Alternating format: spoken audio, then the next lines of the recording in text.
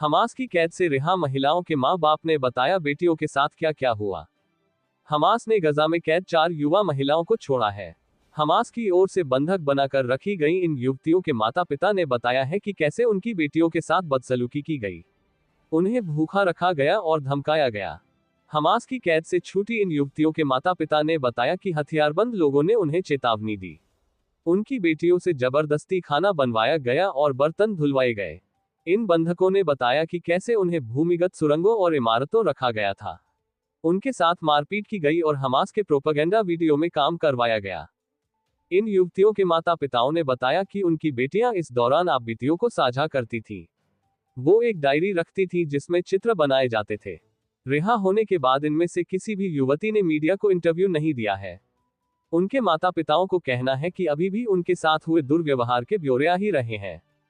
कई ऐसी भी बातें हैं जिनके बारे में वो बातें नहीं कर सकते हैं, क्योंकि उन्हें डर है कि इससे गजा में हमास की कैद में रह रहे दूसरे बंधकों के लिए जोखिम बढ़ सकता है।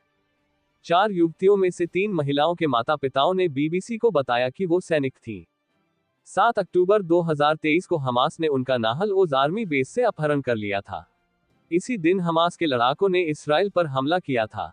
इन लोगों को पिछले 15 महीने से बंधक बनाकर रखा गया था, लेकिन इस दौरान उन तक भोजन की उपलब्धता और उनके साथ किए जाने वाले पुरुष गार्ड्स के व्यवहार का पैटर्न भी बदलता रहा। हमास के लोग उन्हें एक जगह से दूसरी जगह ले जाते रहे।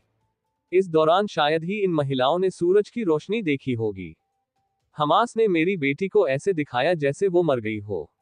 20 साल की अगम बजर के पिता ने बताया, ये महिलाएं जिन जगहों पर ले जाई गई वो बिल्कुल अलग अलग थी।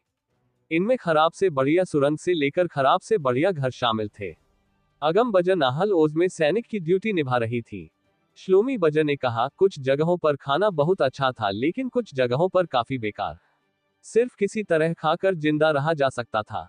ओरली गिल्बोआ की बेटी डेनियला का भी अपहरण किया गया था। उनका भी आर्मी बेस से अपहरण किया गया था। गिल्बोआ ने बताया, जिन लोगों ने उन्हें बंधक बनाकर रखा था उनके साथ वो एक जगह से दूसरी जगह पर भागती रही। वहां वो वॉर जोन में थी। ऐसा करना बेहद खतरनाक था। जब डेनियला ने पिछले सप्ताह छोड़े गए 3 बंधकों को बेहद कमजोर और दुबला पतला देखा तो अपनी मां से कहा, अगर मुझे 2 महीने पहले छोड़ा जाता तो मैं भी इसी तरह दिखती। गिल्बोआ कहती हैं, मेरी बेटी बेहद दुबली हो गई है। कैद में रहने की वजह से उसका वजन काफी गिर गया है, लेकिन पिछले 2 महीनों में उनका वजन बढ़ाने के लिए उन्हें काफी खाना दिया जा रहा था। दूसरी महिलाओं के माता पिताओं ने भी वजन घटने की बात की है। मिरेव लेशम गोनेन की बेटी को हमास के लोग नोवा म्यूजिक फेस्टिवल से ले गए थे। जनवरी में युद्धविराम के पहले सप्ताह के दौरान 24 साल की रोमी को छोड़ा गया है। उनकी मां बताया कि रोमी का वजन 20% घट गया है। गिल्बोआ का कहना था कि उनके लिए सबसे कठिन वो वीडियो देखना था जो ये बता रहा था कि उनकी बेटी की मौत हो गई है। उसे बंधक बनाने वालों ने उस पर पाउडर छिड़क दिया था ताकि वो प्लास्टर से ढकी दिखे। ऐसा लगे जैसे वो इस्राएली सैन्य हमले में मारी गई है। उन्होंने बीबीसी से कहा, जिसने भी इसे देखा उसने इसे सच माना, लेकिन मैं खुद से ये कहती रही कि ऐसा नहीं हो सकता। इसराइल पर 7 अक्टूबर 2023 को हमास के हमले बाद गजा में इस्राएली सैन्य कार्रवाई शुरू हुई। हमास के हमले में 1200 लोगों की मौत हो गई थी। हमले के दौरान उसने 251 लोगों को बंधक बना लिया था। हमास संचालित स्वास्थ्य मंत्रालय का कहना है, इस्राएली कार्रवाई में अब तक 48,230 लोगों की मौत हुई है। संयुक्त राष्ट्र का अनुमान है कि इस कार्रवाई में गजा की 2/3 इमारतें ध्वस्त हो गई हैं। अगम के पिता का कहना है कि उनकी बेटी को बंधक बनाने वाले अक्सर उन्हें धमकी देते रहते थे। कैद में रहने के बाद उनके साथ शारीरिक दुर्व्यवहार हुआ। नवंबर 2023 में रिहा किए गए पूर्व बंधक अमित सौसाना पर हमले का खास तौर पर जिक्र करते हुए उन्होंने कहा, कभी कभी उसकी आंखों के सामने दूसरी महिला बंधकों पर भी अत्याचार किया जाता था। बजर का कहना है कि उनकी बेटी ने उन्हें बताया कि कैसे हथियारबंद लोग उन पर लगातार नजर रखते थे। वो हर वक्त बंदूक और ग्रेनेड लिए रहते थे। उनका कहना है कि बंधक बनाने वाले पुरुषों ने महिलाओं को काफी अपमानित किया। उन्हें साफ सफाई करने और खाना बनाने के लिए मजबूर किया जाता था। वह कहते हैं, ये चीजें मेरी बेटी को काफी परेशान करती थी। वह एक ऐसी लड़की है कि अगर उसे कुछ करने के लिए कहा जाए तो कर देगी। वह शर्मीली नहीं है, और कभी कभी वह उन्हें बताती है कि वो उन लोगों के उनके व्यवहार के बारे में क्या सोचती है। उन्होंने कहा कि विरोध के तौर पर अगम ने यहूदियों के विश्राम के दिन सब्बात पर कोई काम करने से इनकार कर दिया था। हालांकि उसे हिरासत में रखने वालों ने इसे मान लिया था। उन्हें ऊंची आवाज में बोलने की भी इजाजत नहीं थी। सोचा भी न था कि बेटी बंधक बना ली जाएगी। अगम के पिता कहते हैं, जब अगम वापस आए तो वह हर समय बोलना चाहती थी। एक दिन के बाद वो उसकी आवाज ही जैसे बंद हो चुकी थी, क्योंकि वो काफी ज्यादा बोल चुकी थी। योनी लेवी की 20 साल की बेटी नामा को भी आर्मी बेस से ले जाया गया था। उनका कहना है कि उनकी बेटी को कभी कभी ऐसी जगहों पर रखा जाता था जहां टीवी या रेडियो चल रहा होता था। एक बार नामा ने अपने पिता को टीवी पर बात करते हुए देखा। लेवी ने कहा, इससे उसे बहुत उम्मीद मिली। उसे लगा कि अब उसे कोई भूल नहीं पाएगा। वो लोग जरूर इस नरक से निकल जाएंगे। वो कहती हैं कि सैन्य अड्डे पर हमास का हमला उन्हें कैद में रखने से ज्यादा निर्मम था।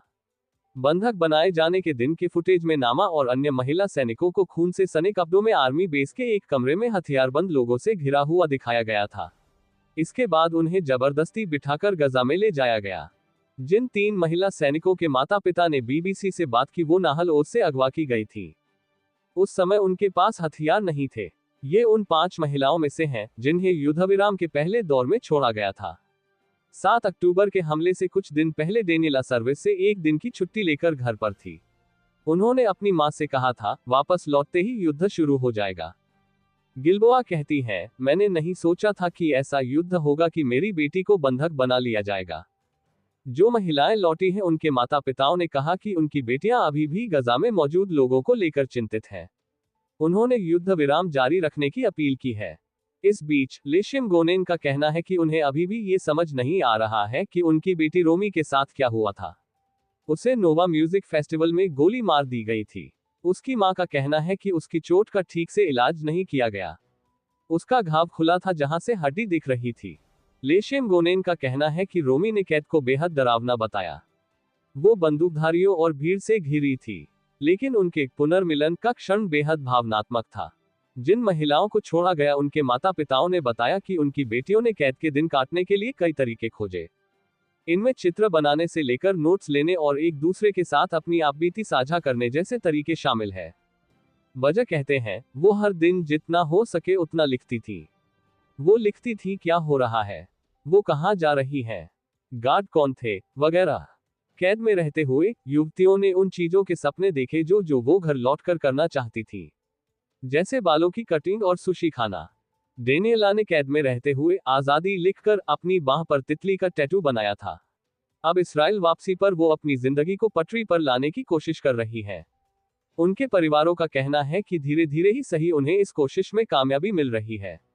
लेवी कहते हैं, अपनी बेटी नामा के साथ पुनर्मिलन का वो पल अभी भी उनके जहन में धुंधला है, लेकिन वो उस भावना को याद कर सकते हैं। ये भावना ये थी, मैं अब तुम्हारा ख्याल रखूंगा और सब कुछ ठीक हो जाएगा। तुम्हारे पिता अब यहाँ हैं। अब सब कुछ ठीक हो जाएगा। ब्रेकिंग न्यूज सबसे पहले देखने के लिए सब्सक्राइब करें।